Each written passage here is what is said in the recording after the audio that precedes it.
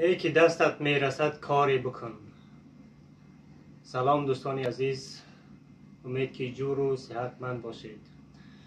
دوستان عزیز، خواستم یک کلیپی کوتاه رو با شما شریک بسازم.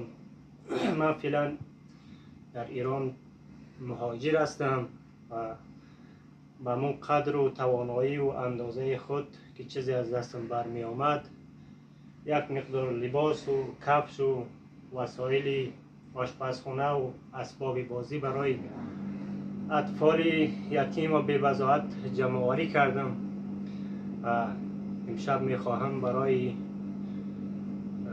کسی که مسئول است برای آنها تحویل بدم تا بتوانم در این جامعه، برای ما فرقی نداره ایران باشه یا افغانستان باشه، انشالله که روزی که به کشور خودم هم برگشتم این کار رو به قدر توانایی خود انجام میدم و من فعلا این وسایل رو بسته بندی میکنم و به دست نیازمندان میبرم قرار میدم.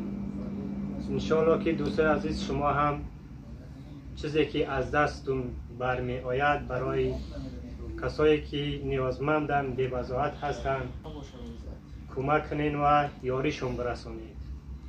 السلام علیکم و رحمت الله و برکاته.